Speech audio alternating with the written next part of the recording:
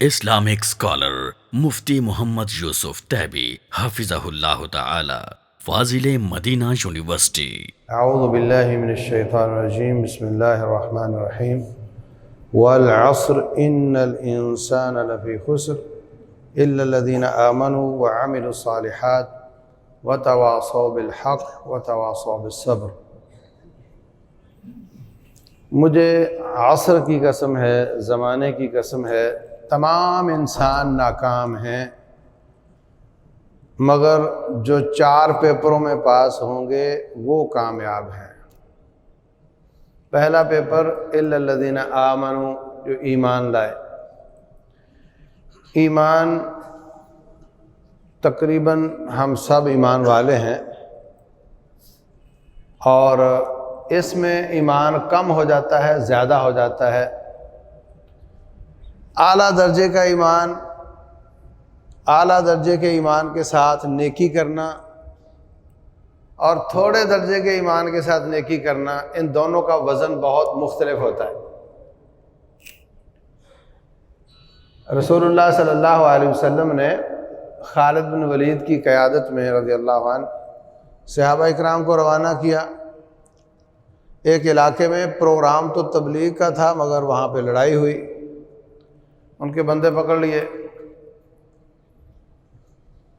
قصہ لمبا ہے، مقصد یہ کہ حضرت خالد اور عبد الرحمن بن عوف رضی اللہ عنہ کے بیچ میں کوئی تکار ہو گئی، تو رسول اللہ صلی اللہ علیہ وسلم فرماتے ہیں، خالد اگر آپ جیسے صحابہ کرام احد پہاڑ کے مالک بن جائیں، احد پہاڑ سونے کا ہو جائے اور اللہ کے راستے میں خرچ کرنے کی توفیق مل جائے، تو وہ یہ عبد الرحمن بن عوف جیسے لوگوں کے ایک مٹھی کے صدقے کا مقابلہ نہیں کرتا۔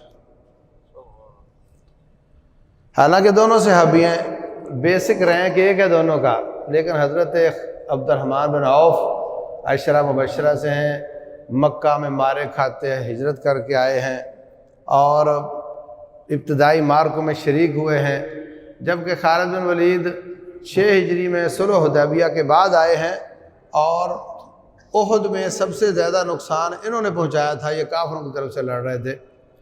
تو ایمان زیادہ، خلوص زیادہ، تقوی زیادہ، اس کے ساتھ نماز پڑھنا اور تھوڑے ایمان کے ساتھ نماز پڑھنا، ان دونوں کا بہت فرق ہوتا ہے۔ اس لیے اگر دنیا کو کمپیٹ کرنا ہے آخرت کے حساب سے تو پھر اعلیٰ ایمان کے ساتھ زندگی گزارنے کی کوشش کرنی چاہیے۔ الا الذین آمنوا، اور ایمان کیسے اعلیٰ ہوتا ہے؟ فرمایا وَإِذَا تُلِيَتْ عَلَيْهِمْ آيَاتُهُ زَادَتْهُمْ ایمانا، جب میرے بندوں پر اللہ کی آیات کی تلاوت کی جاتی ہے تو ان کا ایمان زیادہ ہو جاتا ہے۔ تو کوئی ایسا سسٹم بنائیں اپنے گھروں میں، اپنی دکانوں پہ، اپنے آفیسز میں کہ قرآن کو روٹین سے پڑھا جائے۔ روزانہ آفس میں آتے ہوئے اپنے آفس کے عملے کو جمع کرو، 3 آیتوں کا ترجمہ پڑھ لو، قرآن کا ترجمہ ترجمے والے قرآن سے دیکھ کر۔ گھر میں بیٹھے ہو، اپنے بچوں سے کہو، عورتوں سے کہ میں واپس فجر پڑھ کر آتا ہوں، تو سب قرآن لے کر بیٹھو، نماز پڑھ کر فارغ ہو کر بیٹھو، 3 آیتوں کا ترجمہ پڑھ لو۔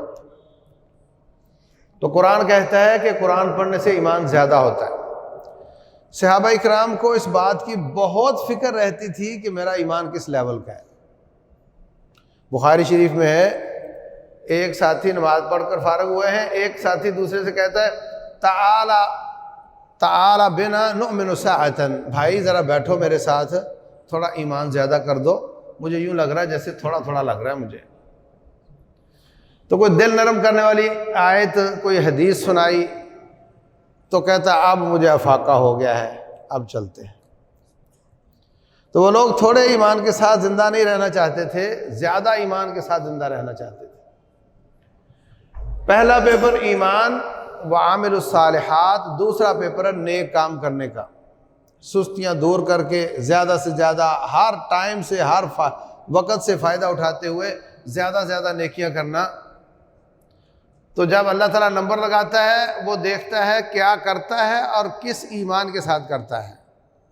وَلَٰكِن يَنظُرُ إِلَىٰ قُلُوبِكُمْ وَأَعْمَالِكُمْ، دیکھتا ہے کہ اس کے دل میں ایمان اور خلوص اور تقویٰ کتنا ہے، اور یہ کام کیا کرتا ہے، دونوں کی کو ملٹیپلائی کر کے آپ کے نمبر بنتے ہیں جو اللہ تعالیٰ لکھتا ہے۔ تو اس لیے عمل صالح بھی ہونا چاہیے اور ایمان بھی اعلیٰ درجے کا ہونا چاہیے، اعمال رسول اللہ صلی اللہ علیہ وسلم کے طریقے کے مطابق ہونے چاہیے اور خالص رب ذوالجلال کے لیے ہونے چاہیے۔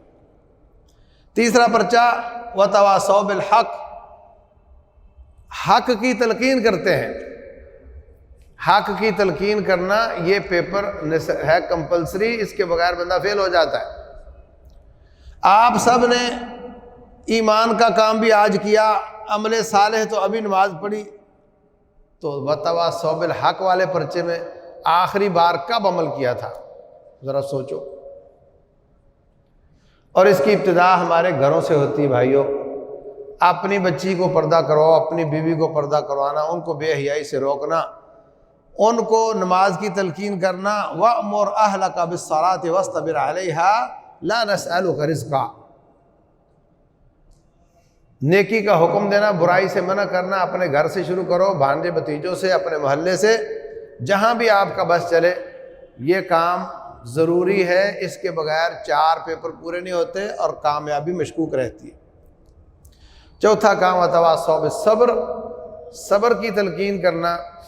صبر ایمان کے لیے بھی چاہیے ہوتا ہے۔ حضرت بلال مسلمان ہوئے، ان کو تکلیفیں دی گئیں، ان کو صبر کرنا پڑا۔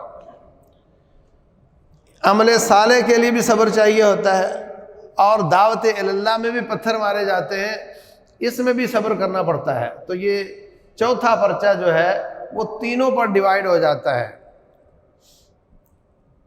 یہ کوئی ایسا پرچہ نہیں کہ آپ بیٹھیں جی، جیسے آپ کہتے ہیں ادھر بیٹھو میں نماز پڑھ کر آتا ہوں، تو آپ کہو جی ادھر بیٹھو میں صبر کر کے آتا ہوں۔ یہ کوئی اس طرح کی اکائی یونٹ نہیں ہے، بلکہ یہ تینوں پیپروں کی کوالٹی ہے۔ ایمان صبر والا، عمل صالح صبر والا، اور دعوت اللہ صبر والی۔ تو ان تینوں کاموں کو اس کوالٹی کے ساتھ، اس صفت کے ساتھ کریں تو فرمایا تم کامیاب ہو، ورنہ ان الانسان لفی خسر، سارے انسان ناکام ہیں۔ اللہ تبارک و تعالی ہم سب کو ان سب میں کامیاب فرمائے، ہمارے اعمال کو قبول فرمائے۔ واللہ اعلم، وصلی اللہ وسلم وبارک علی نبینا محمد۔